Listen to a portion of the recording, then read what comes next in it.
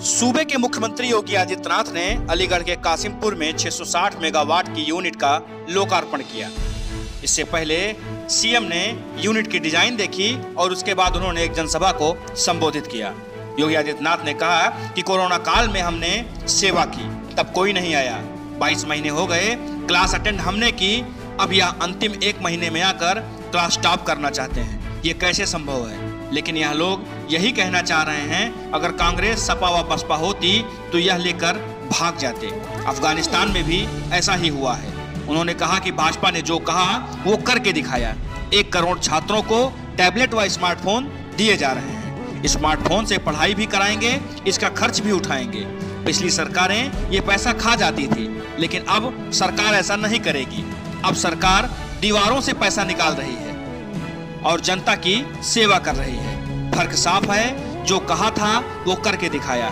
धारा 370 खत्म हो गई, अयोध्या में राम मंदिर बन रहा है और काशी में जाकर विकास कार्य आप खुद ही देख सकते हैं। मुख्यमंत्री योगी आदित्यनाथ ने कहा कि काशी व मथुरा के मंदिर अपवित्र हो रहे थे। इन लोगों में संस्कृत के प्रति कोई लगाव नहीं था, लेकिन अब पीएम ने काशी में श्रमिकों पर पुष्पवर्षा की। पीएम ने उनके साथ खाना भी खाया। सीएम योगी ने कहा कि मोदी के लिए 135 करोड़ की आबादी ही परिवार है और उनका परिवार उनका खुद का देश है। फर्क साफ है, विकास की योजना का लाभ यहां निरंतर मिलता रहेगा। आपको बता दें कि मुख्यमंत्री योगी आदित्यनाथ ने जिस परियोजना का उद्घाटन किया, समाजवादी पार्टी ये कहने में लगी हुई है कि इस योजना का शिलान्यास अखिलेश यादव ने 2015 में ही किया था। हालांकि तब ये परियोजना पूरी नहीं हो सकी थी। इस परियोजना को पूरा करने का काम जापानी कंपनी तोशिबा कर रही थी। Bureau report, UP news. Harduaganj का यह थर्मल पावर का जो प्रोजेक्ट आज पूरा हुआ है, 660 मेगावाट बिजली यहां पर प्राप्त होगी और इसके लिए मैं आप सबको हृदय से बधाई देता हूं, आप सबको अपनी शुभकामनाएं देता हूं। भाइयों बहनों, पावर कारपोरेशन ने विगत 4.5 वर्ष के दौरान प्रदेश में लगभग 2000 मेगावाट का विद्युत उत्पादन किया है। यानी नए पावर प्रोजेक्ट लगा करके इतनी नई क्षमता का विकास किया है। पिछली सरकारें क्या करती थी?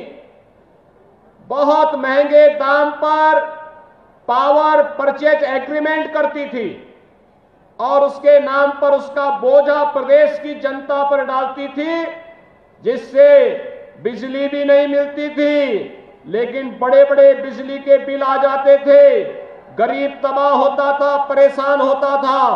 आज भाइयों बहनों, सरकार ने बिजली 24 घंटे देने की जो कार्रवाई प्रारंभ की है, उसमें आपका हरदुआगंज का जो थर्मल पावर का स्टेशन स्थापित हुआ है, ये एक बड़ी भूमिका का निर्वहन करेगा।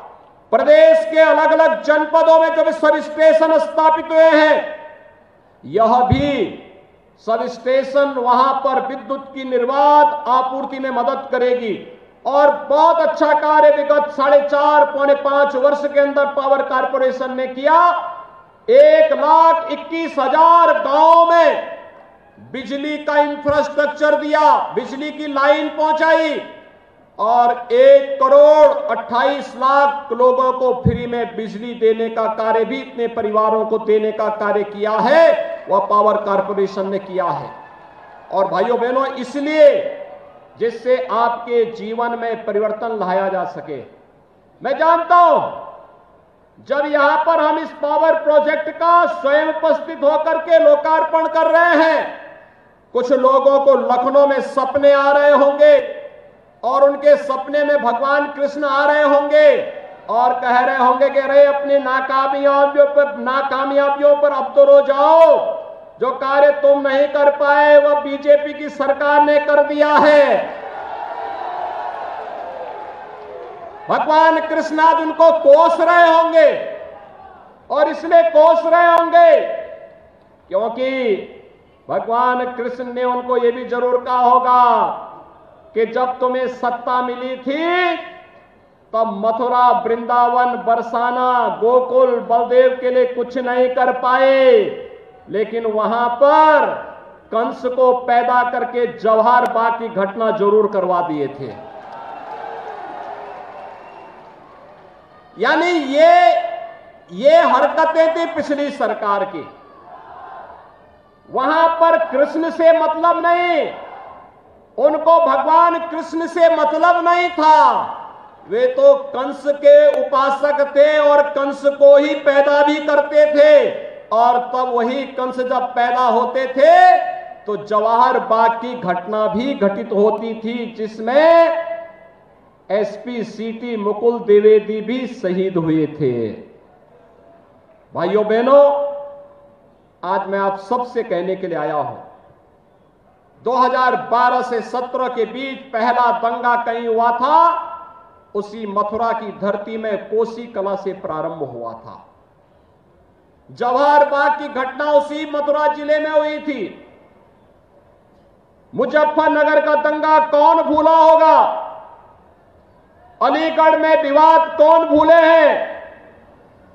बरेली में दंगों की एक लंबी श्रृंखला, और इस पश्चिमी उत्तर प्रदेश में बेटियों की सुरक्षा के साथ जो खिलवाड़ होता था, ये किसी से छुपा हुआ नहीं है। और इसलिए भाइयों बहनों, पिछले 4.5 पौने 5 वर्ष के दौरान मैं कह सकता हूं, उत्तर प्रदेश में हमारे इन जनप्रतिनिधियों, प्रशासन, पुलिस और सभी ने मिलकर के जो कार्य किया है, आज उसका परिणाम है उत्तर प्रदेश दंगा मुक्त प्रदेश बन गया है। अब प्रदेश में दंगा नहीं, अब भाइयों बहनों प्रदेश में गन्ना उत्पादन होता है। पहले गन्ना नहीं, पहले दंगों का उत्पादन होता था। अब प्रदेश में गन्ने का उत्पादन हो रहा है, और गन्ने का उत्पादन हो रहा है तो फिर साथा चीनी मिल वंचित कैसे रह जाएगी? हमारी सरकार ने तय किया है, साथा चीनी मिल, सानी मिल जो पुरानी पड़ चुकी थी, क्षमता जिसकी बहुत कम थी, यहां पर नई चीनी मिल लगाने का कार्य सरकार करेगी।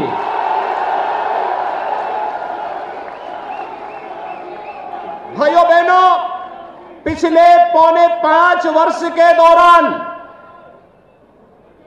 ये केवल घोषणा नहीं, प्रक्रिया भी प्रारंभ हो गई है। और पिछले पौने 5 वर्ष के दौरान 1,52,000 करोड़ रुपए के गन्ना मूल्य का भुगतान अपने अन्नदाता किसानों के खाते में करने का कार्य भी हमारी सरकार ने किया है। पहले किसानों को पैसा नहीं मिलता था, चीनी मिलें बेची जाती थी, औने पौने दाम पर चीनी मिलें बेची जाती थी, दलालों को उसमें हावी करवा दिया जाता था, अराजकता का तांडव होता था। और भाइयों बहनों, विकास के जो बड़े बड़े प्रोजेक्ट हैं, कहीं पे हरदुआगंज का पावर प्लांट, कहीं सब स्टेशन, कहीं स्मार्ट सिटी में आईटीएमएस की परियोजना का उद्घाटन, कहीं पे फायर स्टेशन, कहीं पे स्कूल का निर्माण, कहीं चिकित्सालय का निर्माण, कहीं सड़क का निर्माण, ये जितने कार्य हो रहे हैं, ये पैसा जो आपके माध्यम से टैक्स से सरकार को प्राप्त होता है, यही पैसा हम लोग विकास के कार्य में खर्च करते हैं। पहले यही पैसा कहां जाता था? आज आप जो सरकार जेसीबी लगा करके उस पैसे को दीवालों से निकाल करके बाहर कर रही है समाजवादी पार्टी के नेताओं के, ये पैसा पहले वहीं चला जाता था। भाइयों बहनों, पिछली सरकार की कोई विकास की सोच नहीं थी, पिछली सरकार की विकास की कोई सोच नहीं थी। उनकी सोच केवल परिवारवाद और वंशवाद तक थी। अपने परिवार के बारे में सोचते थे, अपने वंश के बारे में सोचते थे, पैसा लूटते थे, और लूट का पैसा फिर ऐसे ही दीवार चिन चिन करके बना करके जमा करके रखते थे, और फिर वक्त आने पर उनको प्रदेश में दंगों को कराने में, भड़काने में, गरीबों की संपत्ति को लूटने में उस पैसे का ये लोग दुरुपयोग करते थे। ये तो सब जानते हैं। आज सरकारी संपत्ति पर, गरीब की संपत्ति पर, किसी शरीफ और ईमानदार व्यक्ति की संपत्ति पर, किसी व्यापारी की संपत्ति पर कोई कब्जा नहीं कर सकता, कोई नहीं कब्जा कर सकता, क्योंकि जो कब्जा करेगा पीछे से राज्य सरकार का बुलडोजर भी तैयार बैठा रहता है। उन्हें मालूम है कि अगर गलत करेंगे तो राज्य सरकार ऊपर से बुलडोजर चलाने का कार्य करेगी, और बुलडोजर चलने में किसको सबसे ज्यादा परेशानी होती है? या तो दिल्ली में बैठ करके इटली की चिंता करने वाले भाई बहन को, या फिर सेफई में बैठ करके बबुआ को चिंता होती है बुलडोजर क्यों चल रहा है, और कभी कभी बुआ को भी परेशानी होने लगती है कि आखिर ये बुलडोजर इन माफियाओं पर क्यों चल रहा है। उनकी चिंता गरीब को मकान मिले, गरीब को बिजली मिले, गरीब को शौचालय मिले, नौजवानों को मोबाइल और स्मार्टफोन मिले, ये नहीं। उनकी चिंता तो माफिया और अपराधी है। उनकी चिंता माफिया और अपराधी है। वे इस बात के लिए चिंतित रहते हैं आखिर हमारी सरकार में, प्रधानमंत्री मोदी जी के नेतृत्व में आज हाईवे बन रहे हैं, एक्सप्रेसवे बन रहे हैं, पावर प्लांट लग रहे हैं, एयरपोर्ट बन रहे हैं। बहुत जल्दी आपका अलीगढ़ का एयरपोर्ट भी बनकर के तैयार होने वाला है।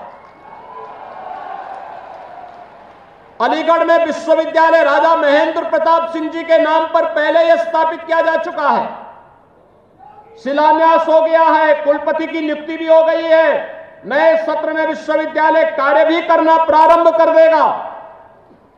मेडिकल कॉलेज की एक लंबी श्रृंखला खड़ी की गई है। भाइयों बहनों, ये पैसा पहले कहां जाता था? आज गरीब के लिए मकान बन रहे हैं। 43 लाख गरीबों को एक एक आवास दिया गया है। 2 करोड़ 61 लाख गरीबों को एक एक शौचालय दिया गया है। 1 करोड़ 28 लाख परिवारों को निःशुल्क विद्युत के कनेक्शन दिए गए हैं। 1,21,000 गांवों में बिजली की लाइन बिछाई गई है। भाइयों बहनों, प्रदेश वही, प्रशासन वही, सरकार बदलने से कैसे परिवर्तन होता है, विकास किस स्पीड के साथ दौड़ता है, ये डबल इंजन की सरकार का यही डबल लाभ होता है। कोरोना कालखंड में आपने देखा होगा, कोरोना कालखंड में ये मंच पर बैठे हुए लोग ही जनता जनार्दन की सेवा कर रहे थे। केंद्र सरकार प्रधानमंत्री मोदी जी के नेतृत्व में मार्गदर्शन कर रही थी। अलीगढ़ में मैं स्वयं भी आया था कोरोना कालखंड के दौरान, 2 बार आया था। पूरे प्रदेश के अंदर हर जनपद में मैं गया। मैं आपसे पूछना चाहता हूं, क्या कोरोना के दौरान क्या समाजवादी पार्टी के अध्यक्ष आपके बीच आए थे? क्या बहन जी आई थी? और दिल्ली वाले और इटली वाले भाई बहन, इनका किसी का पता नहीं था ना? भाइयों बहनों, 22 महीने हो गए हैं। 22 महीने में 20 महीने ये लोग गायब थे। आप मुझे एक बात बताइए, यहां तो हमारे ही युवा है, जो लड़का साल भर स्कूल नहीं जाएगा और अंतिम 1 महीने स्कूल जाकर के कहेगा कि वो टॉप कर लेगा, तो क्या टॉप करेगा? मैं अपने युवाओं से पूछना चाहता हूं, क्या वो बताइए मुझे, क्या टॉप कर पाएगा? तो ये लोग वही करना चाहते हैं। क्लास अटेंड हमने की, ये सब लोग कर रहे थे। हमारे मंत्रीगण, हमारे विधायकगण, हमारे सांसद, हमारे जिलाध्यक्ष, हमारे महानगर अध्यक्ष, भारतीय जनता पार्टी ने, प्रधानमंत्री जी ने, नड्डा जी ने, अमित शाह जी ने तो प्रत्येक कार्यकर्ता से कहा कि सेवाई संगठन है, जनता जनार्दन को कोई परेशानी नहीं आनी चाहिए। फ्री में टेस्ट, फ्री में उपचार, फ्री में अन्न योजना का लाभ और भाइयों बहनों फ्री में वैक्सीन और सबको वैक्सीन। अगर कांग्रेस की सत्ता होती, सपा बसपा की सत्ता होती, एक गरीबों का अन्न भी खा जाते और वैक्सीन का पैसा भी निकल करके लोग भाग गए होते कहीं और जगह। आपने देखा होगा जैसे अफगानिस्तान के अंदर अफगानिस्तान का राष्ट्रपति भाग गया था ना, ऐसे ये लोग कर देते। कोरोना को देख करके आपने देखा होगा ये घर से बाहर नहीं निकले। आज जब आए इनको भी बोलने की आवश्यकता है कि बबुआ 20 महीने तक दिखाई नहीं दे, फिर कोरोना की थर्ड वेव भी आ रही है।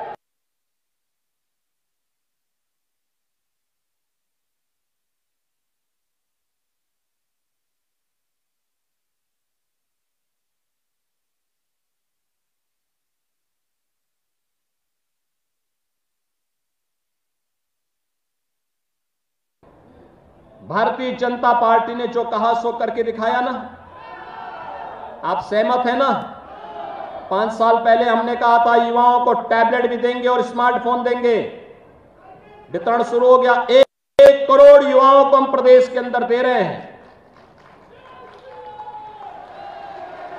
अभी तो ये फाइनल ईयर के बच्चों को वितरित हो रहा है, फिर सेकेंड ईयर के बच्चों को मिलेगा, फर्स्ट ईयर के बच्चों को मिलेगा। सभी प्रकार के बच्चों को, मेडिकल में हो, नर्सिंग के हो, फार्मेसी को हो, इंजीनियरिंग के हो, पॉलिटेक्निक के हो, विश्वविद्यालय में सामान्य अध्ययन कर रहे हो, महाविद्यालयों में हो, आईटीआई में हो, इन सभी बच्चों को हम टैबलेट और स्मार्टफोन देने जा रहे हैं। और देने ही नहीं जा रहे हैं भाइयों बहनों, जो इनका पाठ्यक्रम होगा इंटरनेशनल स्टैंडर्ड का होगा, अच्छे कंटेंट के साथ और फ्री डिजिटल एक्सेस के साथ। ऐसा नहीं कि हम स्मार्टफोन दे रहे हैं और फिर किसी बेटी को स्मार्टफोन या टैबलेट मिले और परिवार के लोग कहें कि नहीं हम तो खर्चा नहीं देंगे, तो सरकार ने कहा एक खर्चा हम उठाएंगे, बेटी के ऊपर खर्चा नहीं आने देंगे। याद करिए पिछली सरकारें ये पैसा खा जाती थी और वही पैसा आज हमारी सरकार दीवालों से बंद करके जेसीबी लगा करके निकाल रही है और फिर टैबलेट बांटने का काम कर रही है। फर्क साफ है ना? जो कहा सो करके दिखाया, जो कहा सो करके दिखाया। हम लोगों ने तो कहा था कि देश के अंदर आतंकवाद को समाप्त करेंगे। मोदी जी ने और अमित शाह जी ने कश्मीर से धारा 370 समाप्त कर दी।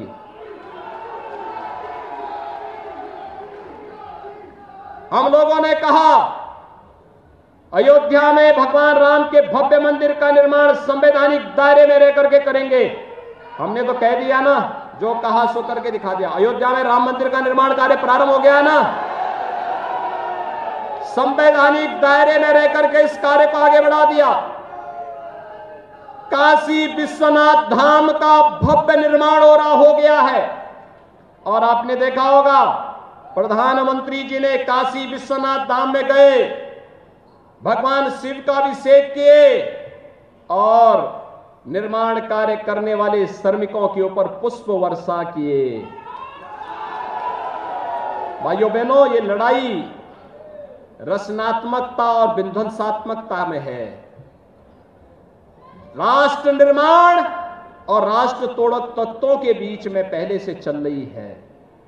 याद करिए, पहले अगर कोई एक कालखंड हुआ था जब अयोध्या में मंदिर तोड़ा जा रहा था, काशी में भगवान विश्वनाथ का मंदिर अपवित्र किया जा रहा था, मथुरा में भगवान कृष्ण के मंदिर को पवित्र किया जा रहा था।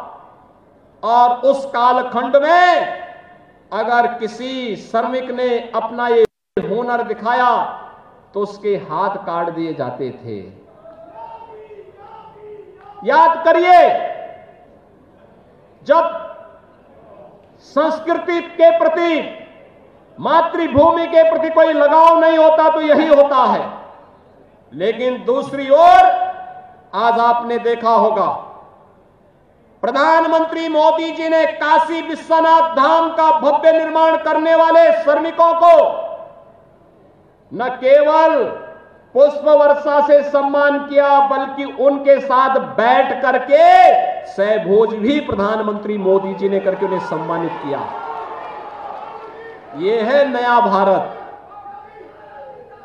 ये नया भारत है, क्योंकि मोदी जी के लिए तो भारत की 135 करोड़ की आबादी ही परिवार है और सपा बसपा कांग्रेस के लिए अपना परिवार ही देश है।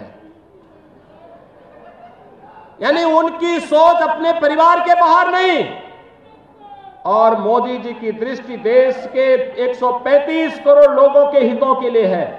और भाइयों बहनों, वही व्यापक दृष्टि हमें उत्तर प्रदेश की 25 करोड़ जनता की सुरक्षा, उनकी सेवा और उनकी समृद्धि के लिए निरंतर प्रेरित करती है।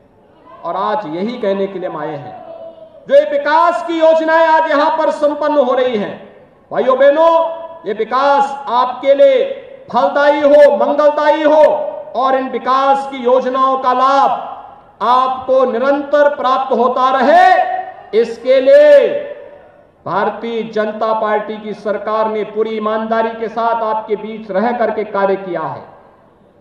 और आप सबका आशीर्वाद लेने के लिए आज एक बार जनता जनार्दन का आशीर्वाद लेने के लिए हम लोग यहां पर उपस्थित हुए हैं। हम लोगों ने जो कहा सो करके दिखाया, और अब बारी आपकी है। 5 साल बिना रुके, बिना डिगे, बिना थके, बिना डिगे हम लोगों ने जनता जनार्दन की सेवा की है। हमारे जनप्रतिनिधियों ने जनता जनार्दन की सेवा की है। अब भाइयों बहनों, 3 महीने आप जब भारतीय जनता पार्टी का सहयोग करने के लिए तैयार हैं क्या? दोनों हाथ उठा करके मुझे आश्वस्त करें, क्या तैयार हैं सभी लोग? इधर उधर सभी लोग एक साथ हाथ उठा करके मेरे साथ बोलेंगे, मुट्ठी बंद करके संकल्पित होकर के बोलेंगे, भारत माता की, भारत माता की, भारत माता की।